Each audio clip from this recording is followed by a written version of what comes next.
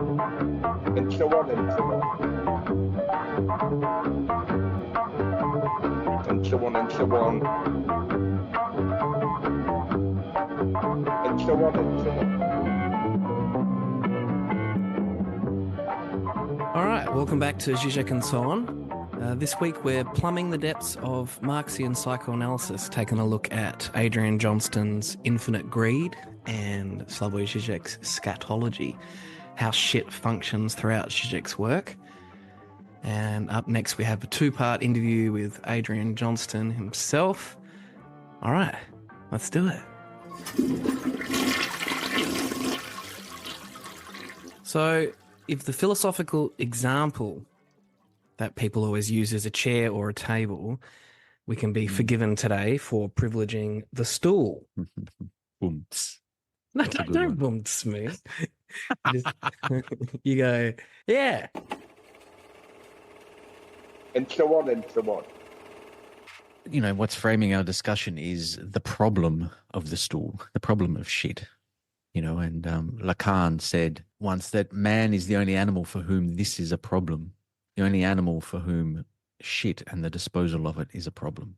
And so we're going to be looking at that today. And I suppose a few quick points that came up for me is shit or excrement or the excremental remainder, etc., simply a metaphor for something else, like social antagonism or the shit of needless and wasteful consumer goods? Or is it something more than that, like Žižek's analysis of the different toilets, the very material ways, concrete ways that we deal with shit give us a clue as to the predominant ideology today and different ideological state apparatuses. And what about the economics of shit, whether that's the capitalist economy or the libidinal one? And perhaps one final point before, Michael, I know you've been looking forward to this episode for a long time. So before I let you off the leash, I just found it interesting that there's a bit of an ambiguity, I guess, to shit that I find interesting.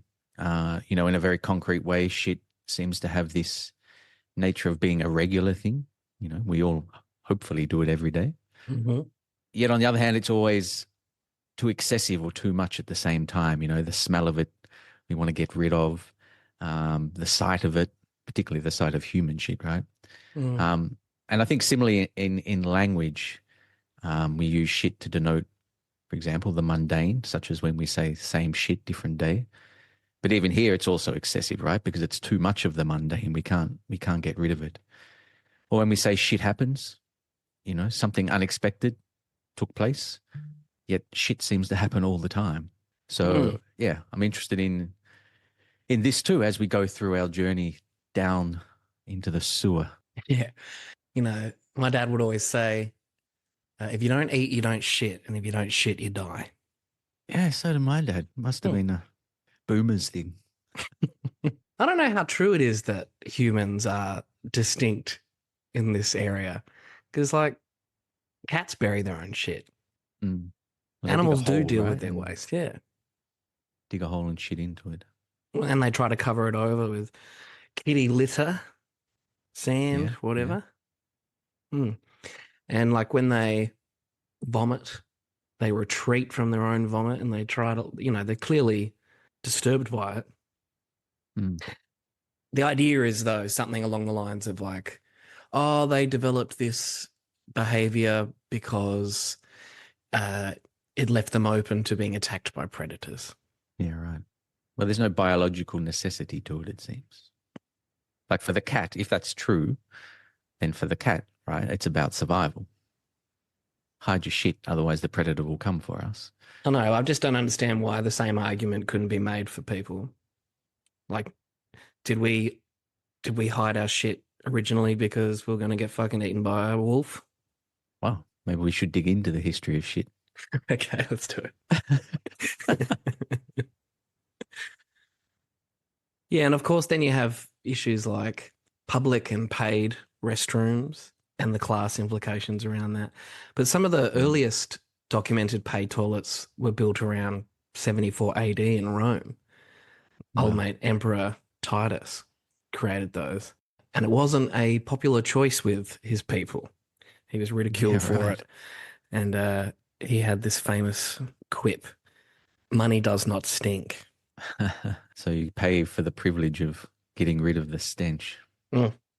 Yeah, because basically there were more open spaces, right? Like less population pressure. People thought they could defecate in open spaces and there wouldn't be much of an issue. But then when you get increased population in urban centres or cosmopolitan areas, it becomes a challenge, health issue, right? And importantly, the issue of human dignity. And obviously today, that's a big deal in the United States, India, you name it, there's an issue. Because it was in the 70s in the States where paid toilets fell out of favour. People didn't want drug use, vandalism, homeless people using public restrooms. Oh, man, I don't know if it's the same over in Perth, but I see it all the time over here, you know.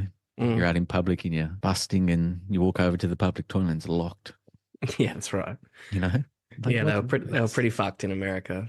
Like the actual free public restrooms, like no door, toilets in like 5 different pieces, floors covered in piss.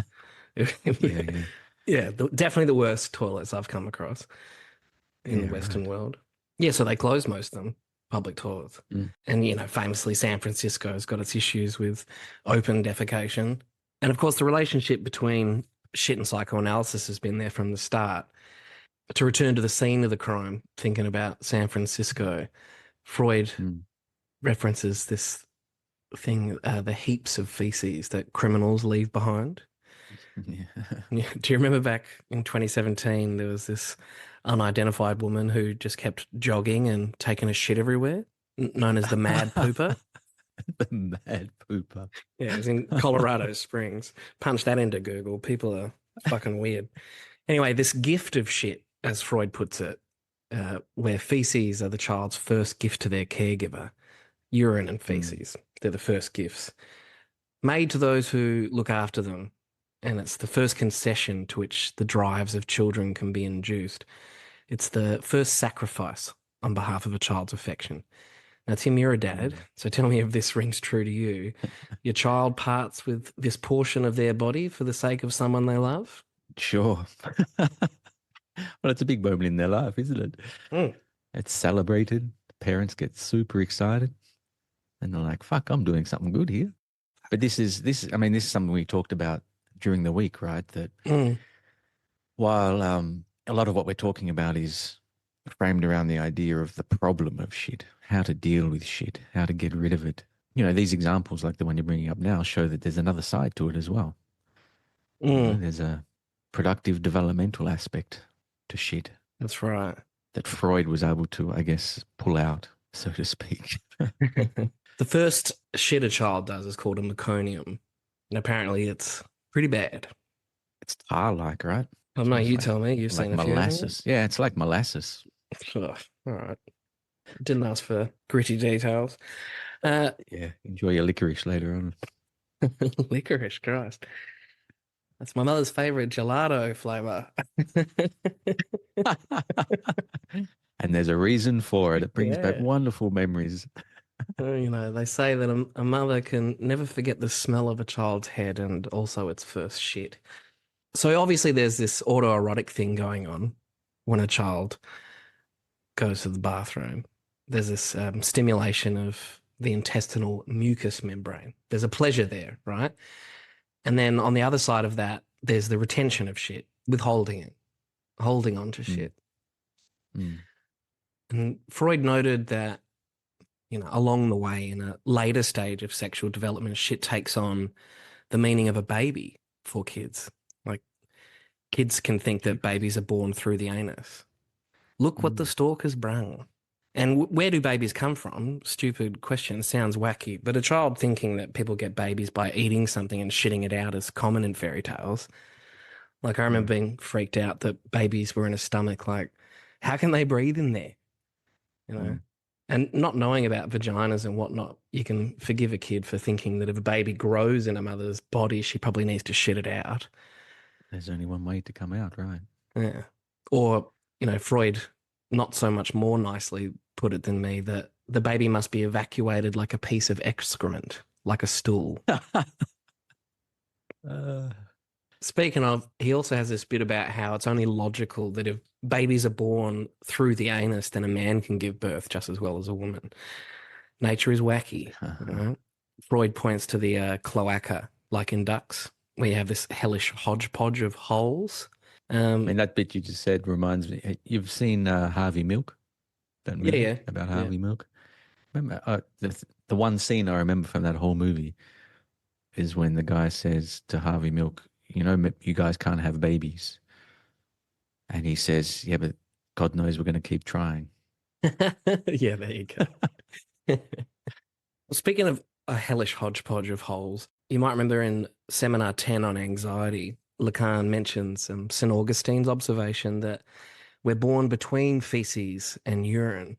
But what's important for psychoanalysis is not so much that we're born between urine and feces, but that between urine and feces is where we make love. We piss beforehand and we shit afterwards, or vice versa, as Lacan put it.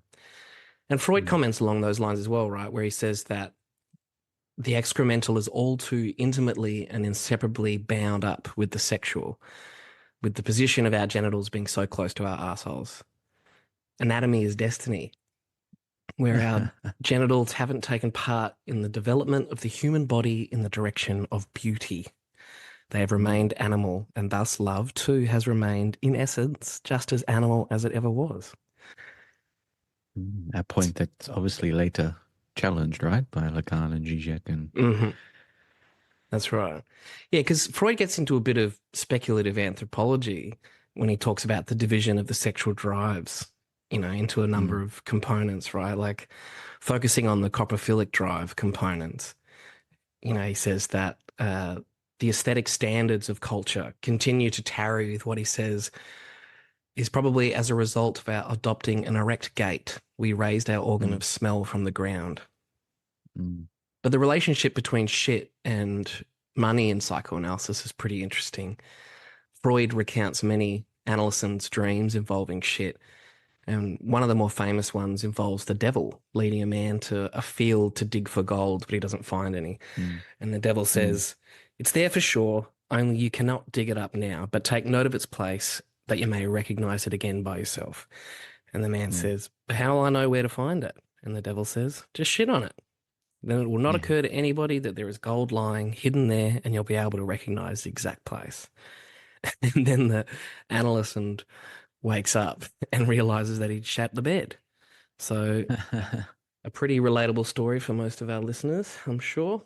Oh, that reminds me of the G.K. Chesterton bit where he says the best place to hide a seashell is at the beach, right? The best place to hide money is under shit. Yeah. And this also reminds me of Adrian Johnston's bit in his book, which we'll talk about a bit later. Where to hide the drive of capitalism, where to hide its insatiable drive for profit. And we hide it under the proliferation of consumer goods, under all this bunch of shit, proliferation of these useless shit, On the one hand, but also, I guess, the way profit is a surplus profit from those who are the excrement of the capitalist system, right? Yeah. Yeah. The surplus taken from the labor. So capitalism itself hides its gold, its profit-making mechanism under various guises of shit. Right. Yeah, because at least for psychoanalysis, we're taught that from the very earliest period of childhood, feces is important and that we find satisfaction in those coprophilic drives. But basically somewhere along the way, that falls into repression and contempt. And the fact that toilet humor and jokes still provide us some pleasure is supposed to indicate some kind of preservation of the high value that we had for feces in our unconscious. But, and this is the important part, Freud says that the interest which the child has had in feces is transferred in the adult onto another material which he learns in life to set above everything else, gold. And it's big in dreams and in folklore where gold is seen as a symbol of feces.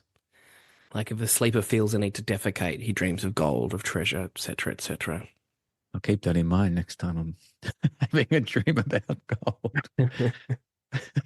Yeah. Yeah, and that relationship between shit and gold, between the lowest and the highest, made me think of Hegel and his bit about how there's this combination of the organ at its highest fulfillment the organ of generation, with the organ of urination when he's talking about the penis. Because Freud basically says that the most precious substance known to man, gold, and the most worthless shit. That contrast between the two has led to the specific identification of gold with feces. This embarrassing overlap of the highest and the lowest.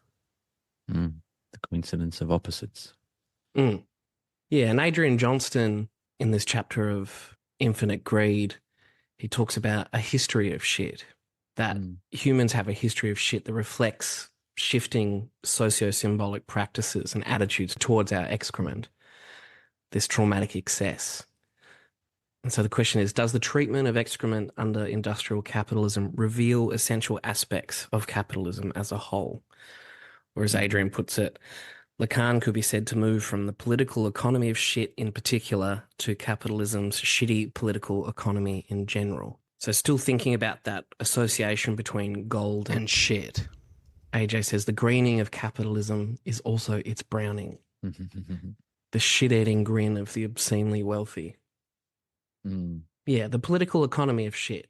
Because it made me think of, do you remember the opening to the Safdie brothers' Uncut Gems? You know, if you recall, it's like you have these Ethiopian miners looking for black opals, these gems, and they're in the bowels of the earth and they knock some shit off the wall of this pipe-like cave tunnel and they find the gem, and the camera enters the gem and starts to wind through the network inside it, and eventually it becomes clear that you're inside a body. You're inside Adam Sandler's asshole, and you come out on the other side of the colonoscopy somewhere in New York. And I think that's, you know, like that's a good staging of this, like the fecal matter of capitalism subjects circulating through looping circuits of pipes. Yeah.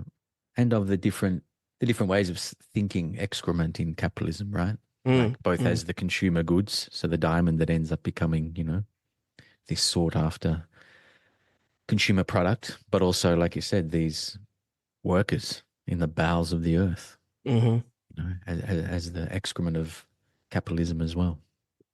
Yeah, it's a great example, really good example. Yeah, because one of the main issues is waste disposal, right? And the sewers. We can talk about how our testicles are full of microplastics now, which they reckon Why not? can affect reproductive health, right? All of those apricot face scrubs and whatever that are just getting flushed down into the sewer systems.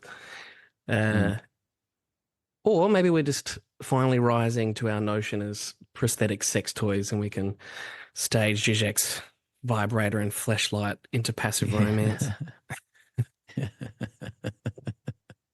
But yeah, that cyclical drive, that relationship between money, commodity and money prime, I think that's a good place to go. And we talk about this with Adrian. There's one giant loop formed by connecting capitalists' anality with consumers' orality, a disgusting closed copographic circle in which shit keeps passing from the productive, expulsive anuses of capitalists into the consumptive, incorporative mouths of consumers and back again over and over. I was saying, Adrian, that it reminded me of that news story about the Japanese shit burger.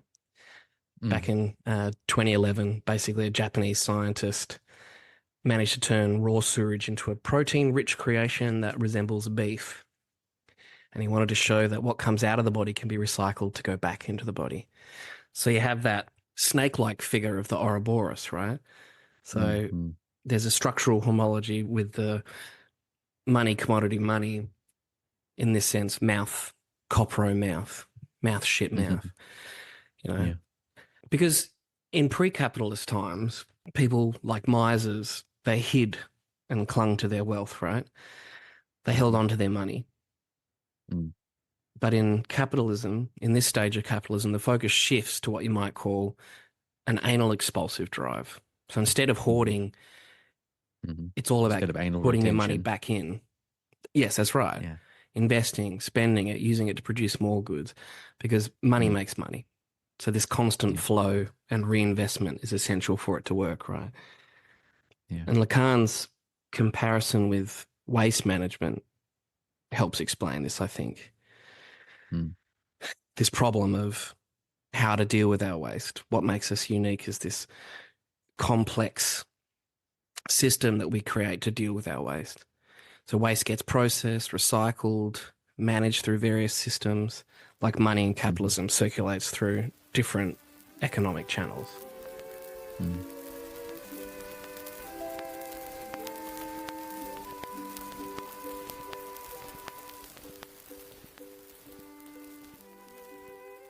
We've been making reference to Adrian Johnston's book. So for anybody who has it, there's a subsection in the book called The Plumbing of the Political Economy, Marxism and Psychoanalysis Down the Toilet. Begins on page 68 in the book, and it's where he moves from his consideration of Freudo-Marxism to consider what kind of marriage between psychoanalysis and Marxism is feasible from a Lacanian perspective. And to jump ahead, what the fascinating conclusion that he reaches is that we need a new theory based on this marriage. And this new theory would namely be a shit theory. And so through the early parts of this section, like there's a few brief indications of where, of what is to come with his references to shit and gold, starting with Freud that we talked about earlier, to Oedipus as excrement. And I think Alenka Zupančić wrote an article, but it's in Slovenian, on Oedipus as excrement. And then the linking of capitalism to shit and the anus. But I guess the key section comes on page 81, where he turns to exactly what you were talking about, Mark, with his talk by Lacan in 1968, where he broaches the topic of the political economy of solid waste disposal. And it's in this talk that he makes that claim that we started with, that what separates humans from the animals is the extraordinary embarrassment we feel about shit and shitting. And we're the only ones that are troubled by it, and how to dispose of it and what to do with it. And so for Adrian Johnston, Lacan maintains that the treatment of shit under industrial capitalism reveals essential aspects of capitalism as a whole, as you were saying earlier. This MCM prime structure, underlying structure of capitalism, is the socioeconomic anal expulsive drive, as opposed to the miser that we talked about before as the anal compulsive retention. And so following Freud's linking of gold and shit, Adrian Johnston claims that capitalism is nothing if not the ongoing production, circulation, and accumulation of ever more shit. And he describes this tendency of anal expulsion and its link to consumerism as the closed coprophagic circle that you were talking about. And I really love, I'm going to quote this one because I just love it, the way he says it. The capitalist socioeconomic system in its entirety thus resembles a person who shoves his own head up his own ass precisely in order to eat his own shit. Right, yeah. And it's then, exactly that yeah, Japanese shit burger, right? Exactly. Which reminds me of the Yes Men. I don't know if you've ever seen the movies by the Yes Men. They're these guys that impersonate, big companies. One of their episodes, they impersonate the New York Times, wrote their own New York Times, perfect print and everything, started handing them out at the subway station, talking about something. But anyway, there's an episode where they go to a university and tell students that they're from, I can't remember if they said McDonald's or just some other burger place. And in order to make their burgers more affordable to the poor people of the world, they're going to start recycling the burgers. And before they gave the talk, they handed out hamburgers to all the students. So all the students are sitting there eating these burgers while they're giving this talk. Yeah. The logic's there in the Yes Men as well. Nice. And this is where, to come back to the shit theory that he talks about, Adrian Johnston concludes that Žižek's Lacanian real of excrement is not separate from Marx's real of production. And, he has a little, when thinking about what a shit theory might look like, he to go back to the bit we mentioned at the beginning on language and excess, he then says, applying shit theory to language, shit, because it can be used for anything, anything in our language, itself becomes like the general equivalent of money. Yeah. But in the symbolic domain. Yeah, because shit's like fuck, right? It has these polysemous meanings and applications, right? There's an incontinence of its meaning because it can seemingly be applied to anything. Yet you could also say that it's a constipated signifier, right? Because it's full of meanings, unable to contract and let go, to, I don't know, pinch off. Yeah, to relieve itself of its unmediated fullness, right? Mm, mm, And there's that openness to anything and everything. The fact that its qualities don't correspond to any one thing has its mm, functioning as a kind of universal equivalent, right? Evacuated of its mm, content mm. and Yeah. exchanged in the sociolinguistic field. Yeah, as an abstract, universalized unit of meaning. And Mm. that's, again, to tie it to Exchange. gold or Marx and money, you can be worth your weight in gold, especially if you're full of shit. Oh, actually, while I Elon think Musk. about that, um, it's like the old brain teaser for children, right? Like, what's lighter, 1,000 pounds of lead or feathers? The Mm, child says feathers, right? Because naturally, feathers are light. But, commodity X is of equal value to commodity Y, but it's the sublimity of the commodity itself that tends to produce a different impression. Like, it suggests a mm, different weight. mm, But in the mm. actual exchange of commodities for money, you treat the objects of exchange as having the same value. So, yeah, so what persists despite our actually exchanging commodities in the market is that belief that the commodities are unique. That's the fetishism.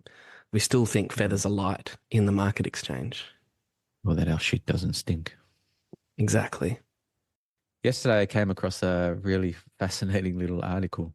A week or so ago in India, there was a Supreme Court ruling that ruled in favor of, I guess, basically what you would call affirmative action for what's called the scheduled castes in relation to jobs, admissions to educational institutions, and so on. So, this term scheduled class apparently in India officially designates groups of people among the most disadvantaged socioeconomic groups. They're actually recognized in the constitution. Is that the And according to untouchables? summary, yeah, it's similar to the untouchables, Okay. although the untouchables are probably the most backward of that group. So there's Mm. different groups within that. Anyway, so the media was reporting on this court ruling, and they had an interview with a former assistant professor and postdoctoral fellow, Rais Muhammad, whose nickname is Septic Tank Bai, which basically means brother septic tank. Did he give himself that Uh, nickname? Probably on account of him owning and running a septic tank cleaning company. Oh, okay. So Yeah. he's from the scheduled castes from Tamil Nadu, a part of India. Anyway, during the interview, he says that the root cause of the caste system emerges from toilets, and he Hmm. actually quoted Žižek All and right. his bit on the structure of the toilet Mm-hmm, as mm-hmm. very telling of the culture of the place. And he made the point that, in India, toilets were once placed outside the houses and were always associated with people who were the untouchables and the outcasts. So, in other words, as the toilet cleaners, they were the excrement of the caste system. You know what they used to call the shit that they'd collect? It was called No, night soil. night soil. Yeah, so you'd have night soilmen that would, they'd come down the back alley of your tenement building or whatever, and they'd collect all the shit from the pots, and that shit was then used as fertilizer for agriculture. Night soil. Wow. Again, that coprophagic circle. Yeah, yeah, it's the ecology of our own waste, right? Mm, But with the Žižek on toilets, almost everybody who's listening is familiar with it. But long story short, Žižek shows that there's, I suppose, like no matter of fact utility to the different toilet designs. And mm, it's, when they appear natural or default, that's the product of ideology. But the question is mm, what exactly is ideological about those different formations? So Žižek famously draws that parallel between the three different philosophical or intellectual traditions: German, French, British. The German with the flat bottom, which invites inspection without water, the French with the water in the bowl, which can be evacuated quickly. And then the British is a kind of compromise formation where it's mostly water, so you can see the shit floating and then get rid of it. French revolutionary haste, British pragmatic moderation, and then the German philosophical thoroughness, right? mm. Yeah. In his book, Disparity, Žižek writes about the same thing, when discussing those at the bottom of the social hierarchy, like the untouchables in India. And he differentiates between Gandhi and Ambedkar Mm. as having two different approaches to the problem of this excrement of Indian society. So Gandhi was like this Supreme Court ruling, right? He advocated for solving the problem by way of returning to the purity of some original non-corrupted system. So solving the problem through inclusivity, participation, making the excrement part of the system. Right. An equal part of the system, if you like. Just like, as I said, the Supreme Court ruling to this affirmative action for the excrement of society.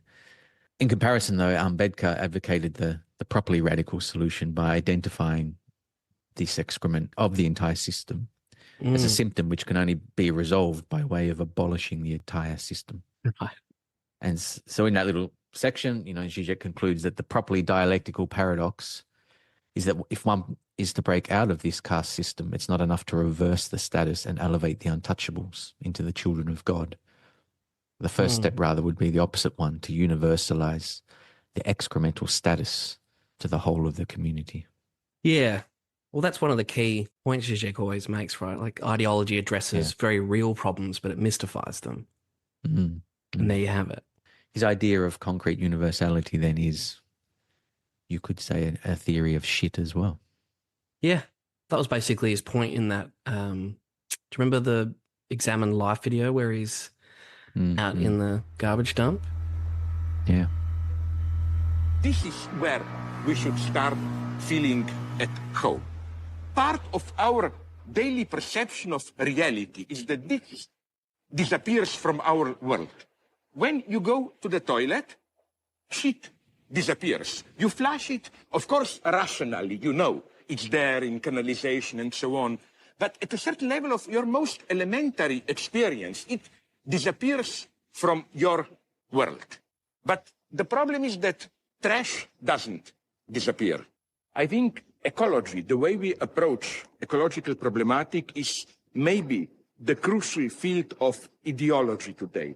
Ideology addresses very real problems, but it mystifies them. And that's the materialist aspect of Žižek's work, where you can see that bathrooms are this intersection for infrastructural and superstructural dimensions. Yeah, the plumbing, the sewers, the septic systems, the roads, canals, railways, whatever, all of it, the communication networks, etc.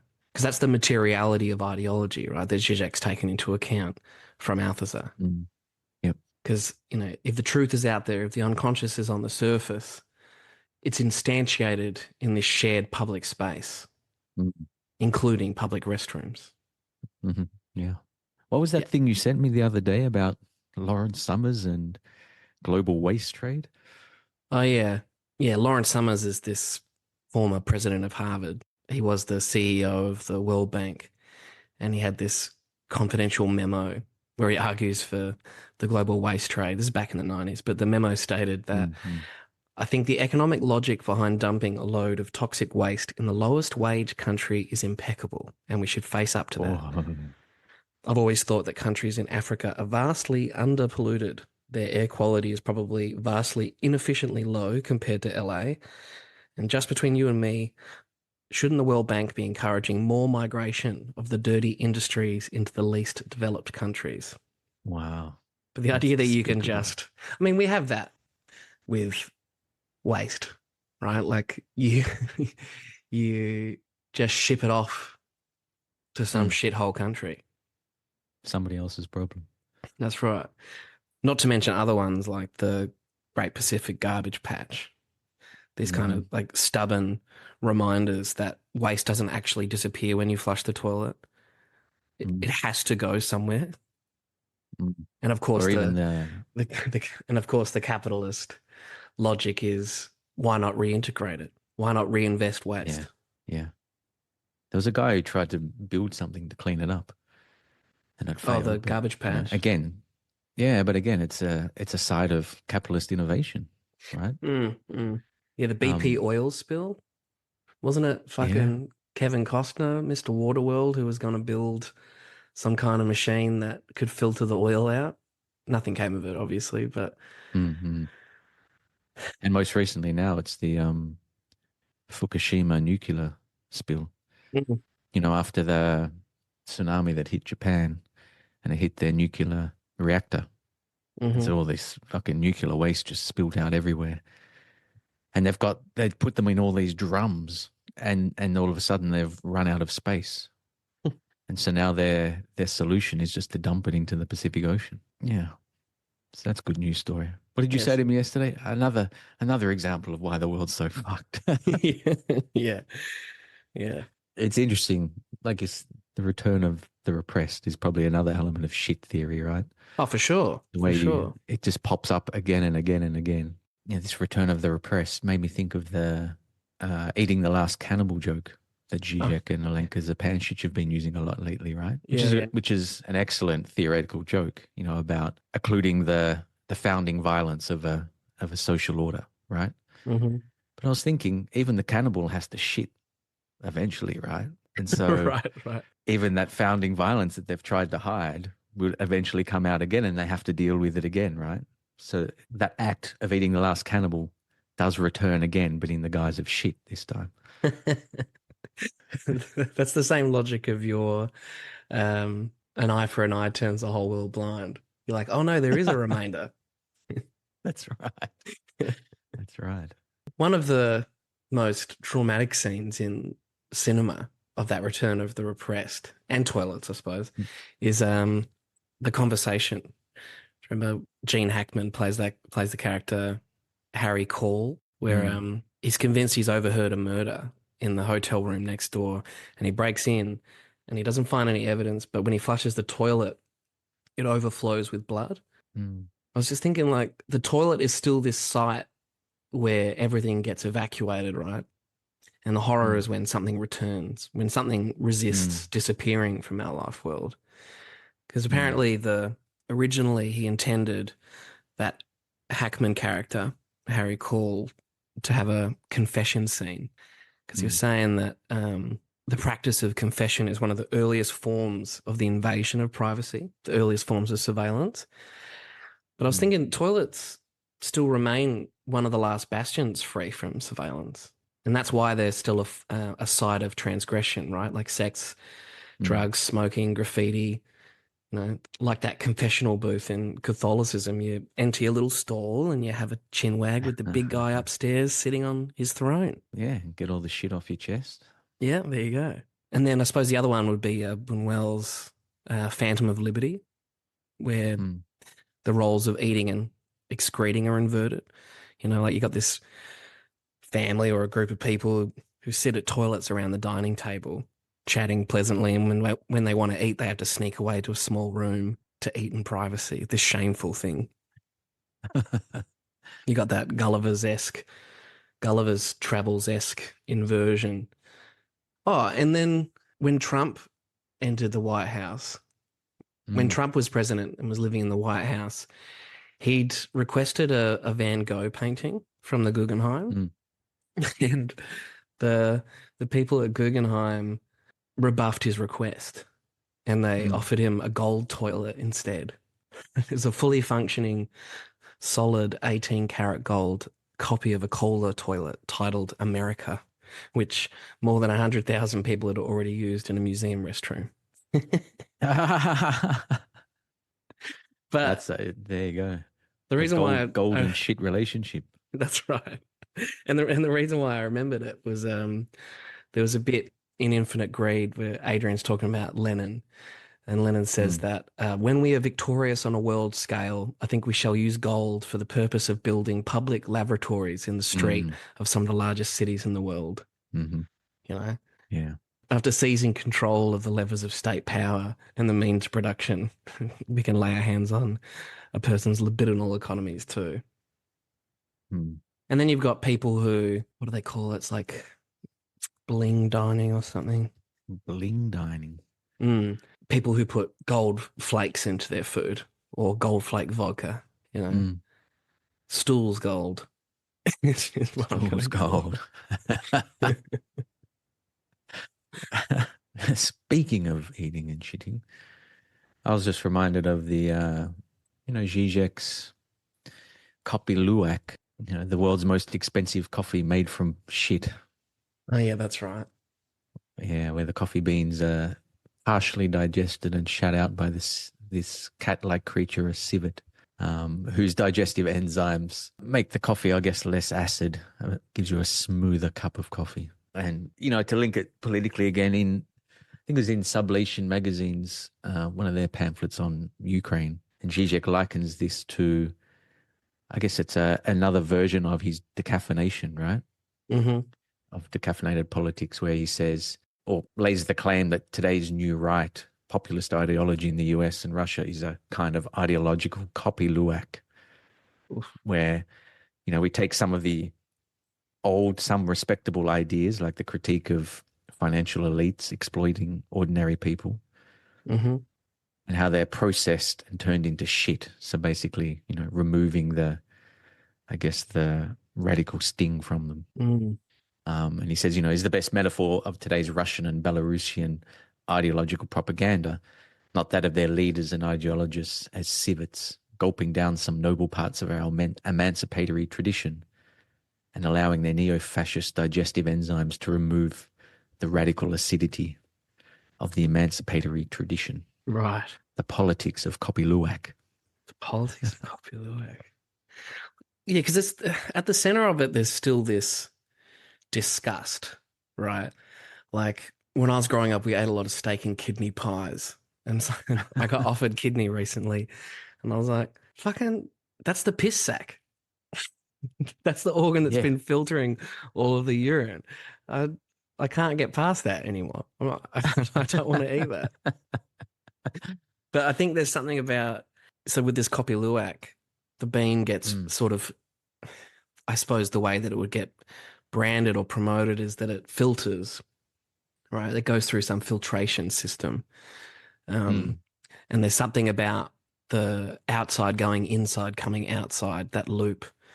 Žižek has that bit about saliva and how it's only disgusting once you try to drink it. But when it's just present in your mouth, you're not disgusted at all. But there's that loop, that kind of Mobius loop, where when the inside is out, when it's externalized, there's something traumatic, horrifying, disgusting, abject about it, or alienating about it, right? Because there is that relationship or an argument to be made about alienation and shit.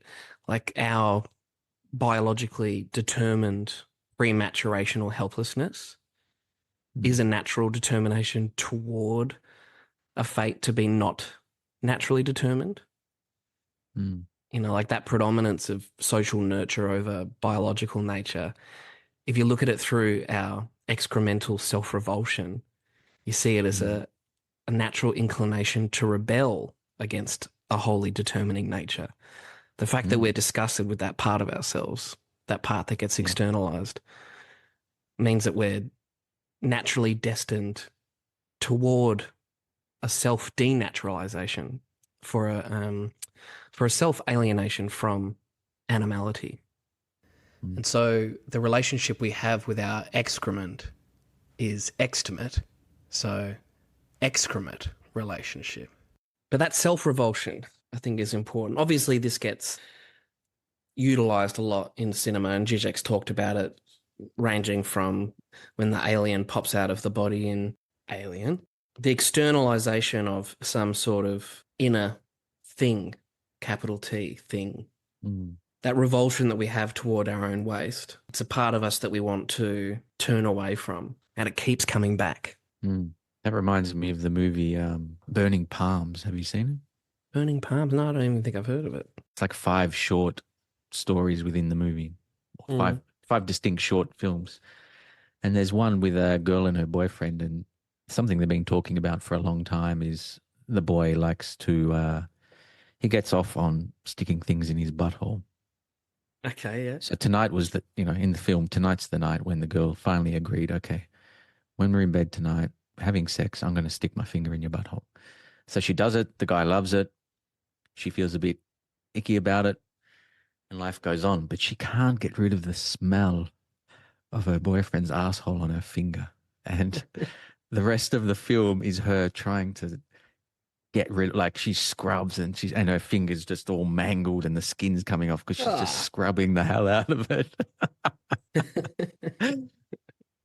So yeah, the stench hangs around, right? Mm. Just like in capitalism. And that's where, I was thinking about it as we were talking about it in the past couple of weeks. If we're talking social antagonism, is it shit? Or is shit the social symptom of the antagonism? Dominique Laporte has a book called History of Shit, which is excellent. It's a really hilarious way of, not hilarious, but serious historical account of this problem of shit, how we've dealt with it. But anyway, in the book, he uses this term skybala, which means hardened fecal mass. And I think medically it refers to dried shit that's stuck in our colon or in our intestines. Mm-hmm. Sorry, just as an aside before I go on, when I was traveling in Tibet, the first town we got to, like it was freezing cold, snowing, whatever, I went to take a shit and the toilet was outside. It was a little outhouse, squat toilets. And I got there and there was just this mountain, probably about 50 centimeters above the squat toilet hole, just this mountain of frozen turd. Frozen? Like a frozen skybala. It was something to behold. That reminds me, just quickly, there's a problem now on Mount Everest that people have just, all of these people who've been climbing up Mount Everest, all of these adventurers have just been shitting on Mount Everest this entire time. And with climate change, the snow is melting. And now they just have these brown rivers of shit that are going down Mount Everest. Wow. Jeez.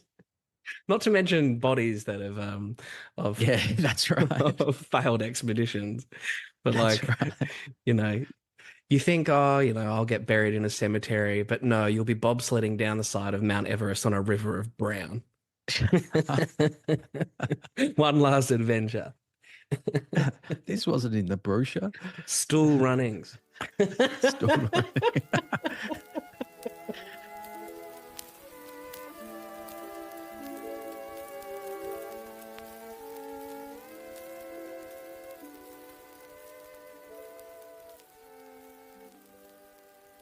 So yeah, back to skybala, this hardened fecal mass that gets stuck in the intestines. I was wondering, isn't this the proper antagonism of capitalism? The friction of our intestines that pushes against frictionless capitalism. Yeah. And it's, anal expulsion, the MCM prime, the underlying structure of capitalism, circulating and producing and accumulating ever more shit. But despite all of this, they nonetheless remain stuck inside the arsehole of capitalism, this skybala of class struggle. Yeah. I wonder if you could make a connection between that, the skybala, and fossil fuels, like whatever immense series of catastrophes, or however you want to phrase it, that produces fossil fuels as this kind of matter in the bowels of the earth that capitalism then reappropriates. Yeah, and then when it does it, it unleashes this. For us, it's methane, right? When we fart. Yeah. And there's just methane in that, capitalist extraction, whatever, but also the carbon emissions, right? Mm-hmm. And then again, like we were talking before about the return of the repressed, and we're like, well, okay, what do we do with this now? Mm-hmm. And they've talked about clean coal. Remember when that dickhead in Australian Parliament, was it Scott Morrison who did it? Yeah, he Took a threw big around the chunk of coal. Coal, yeah. Ooh, you scared of this or whatever he did. And carbon capture and storage, like we were talking about before about recycling shit in order to make money from it. Carbon markets, all this, is carbon market just a shit market? Yeah, because I've talked to oil and gas guys about what going green actually involves, and they always laugh because it's like, no, you got to go brown to go green. Like, you need oil and gas to, like, all the hydraulics and whatever in the diggers and the machinery in order to Solar panels extract the oil and gas, because that's that loop. You need more oil and gas to extract oil and gas. You need the machines to be fueled by oil and gas in order to do it. To go green, you need oil and gas. But that's why they talk about it as a transitionary project. But nonetheless produces shit. Yeah, so we can Produces get more farts. shit. Oh, yeah, and it produces all that methane. But that self-cannibalizing image is good, I think. Oh, yeah. Who is the last cannibal in that economy? Or what is the last cannibal in that economy? And will he just eat his own shit? Yeah. Yeah, and in the history of shit and power, we were shitting out in the open together. It was a communal act, bathing and shitting ever since. Well, at least we have evidence of it in Rome. And that was another thing about how in anthropological studies, when they're going back and carbon dating a fucking bit of pottery, in places where they can't find much of that kind of thing, those artifacts, it's the shit that gives them the most evidence. It gives you an idea of what kind of bacteria is present, diets, yada, yada. But there is something to that idea about having to shit together in the open there. That's where like discussions of the day were happening.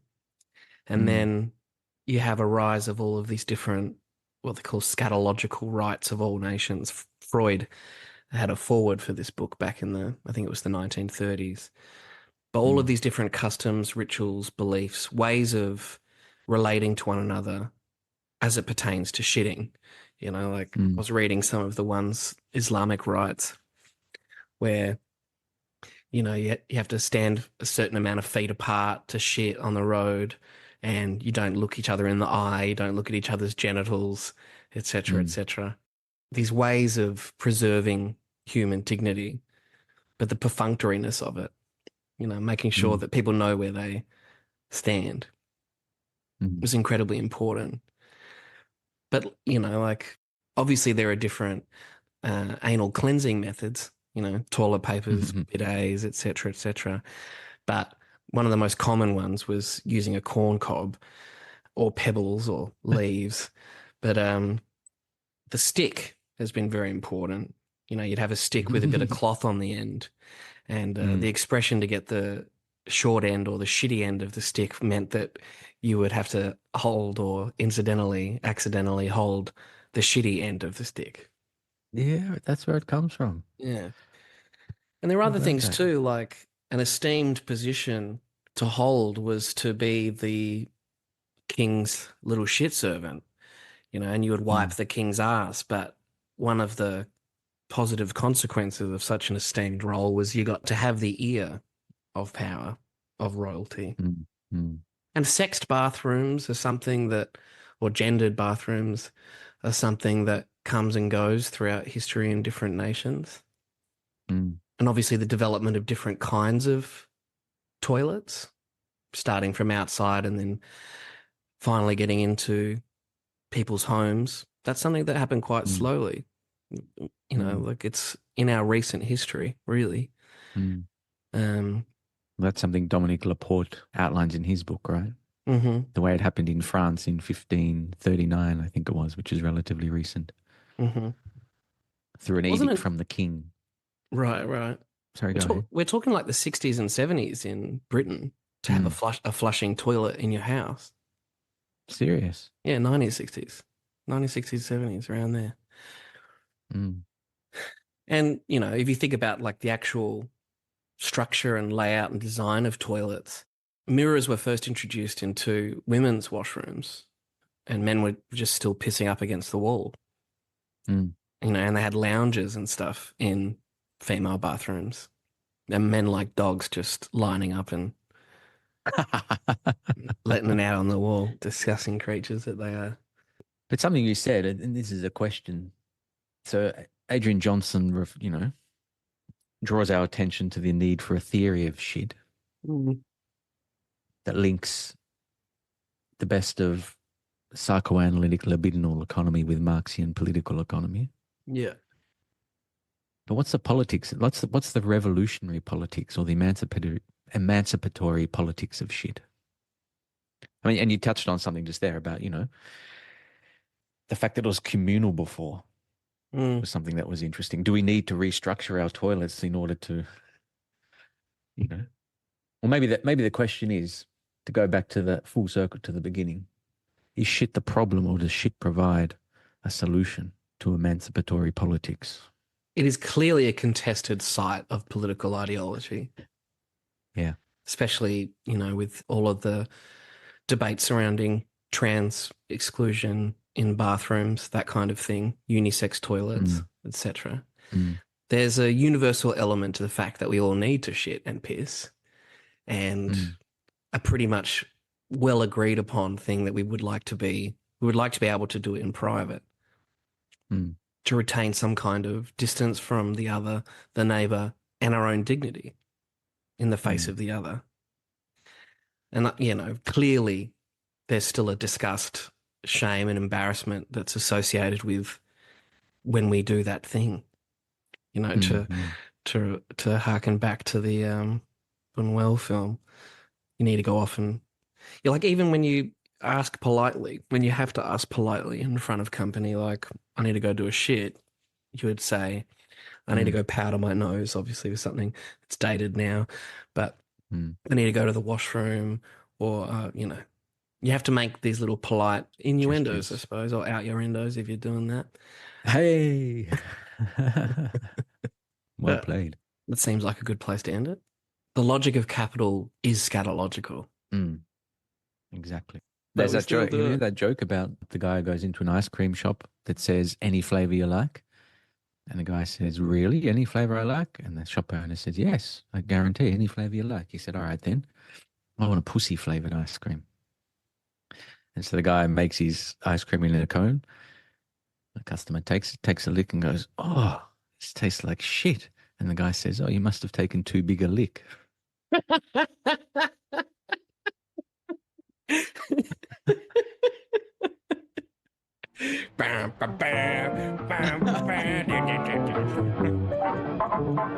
And so on and so on.